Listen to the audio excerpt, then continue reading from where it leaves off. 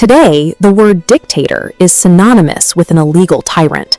But back in the early days of the Roman Republic, it was a legal constitutional office, a last resort tool for survival.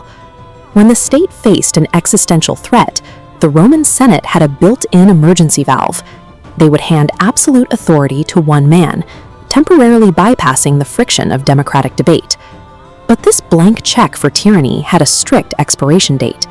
A Roman dictator's legal authority vanished after exactly 6 months. It was a terrifying gamble. The Republic had to voluntarily suspend its own freedom and hope the person receiving that power would give it back. In 458 BCE, that gamble became necessary. The young Roman Republic was already weakening, torn apart by internal political fighting between the wealthy patrician class and the common plebeians. Sensing an opportunity, a neighboring tribe called the Aequi ambushed a Roman army, pinning them against the slopes of Mount Algidus. The stakes were total. If this army fell, no defenses stood between the Aequi and Rome, just a few miles away. Desperate, the Roman Senate turned to Lucius Quinctius Cincinnatus. He was a former high-ranking official who had lost his fortune and retired to a 4-acre farm across the Tiber.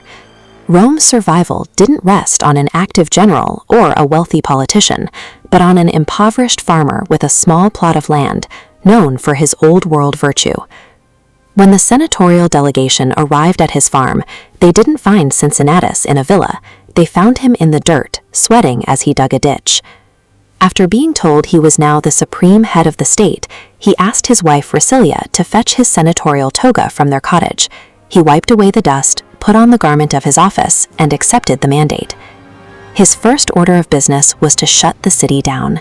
He marched into Rome and suspended all civilian business, ordering the shops to close immediately. He then issued a logistical demand. Every man of military age was to gather by sunset, each bringing 5 days of rations and exactly 12 wooden stakes. This was authority in its purest form. Cincinnatus didn't spend a single day debating policy. He instantly converted his absolute power into a focused military machine. Cincinnatus pushed his draftees through a relentless forced march, reaching the enemy camp at Mount Algidus in the middle of the night. He used those 12 stakes per man to build a massive palisade under the cover of darkness. In one night, he managed to trap the trappers, surrounding the Aequi army with a fresh wall of Roman fortifications. Caught between 2 Roman forces, the Aequi surrendered. Cincinnatus forced their commanders to crawl under a yoke of spears, a ritual of total submission. In a single campaign, a farmer had neutralized a threat that months of political debate had failed to resolve. Cincinnatus returned to Rome as a conquering hero, leading a massive parade of captured loot and enemy generals through the city. By law, he still held 5.5 months of absolute dictatorial power. No one could legally challenge his word. He could have used that time to punish the political rivals who had seen him fall into poverty, or enriched his family with the captured spoils of war. Instead, just 15 days after leaving his fields, Cincinnatus resigned his commission, left the city, and returned to his farm. This voluntary surrender of authority elevated a local military success into history's most cited example of civic virtue.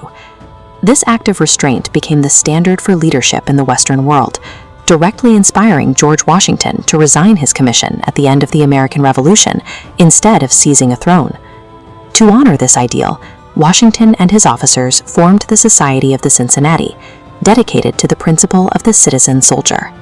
This legacy even shaped the map of America, with this modern skyline in Ohio named in direct honor of the farmer dictator.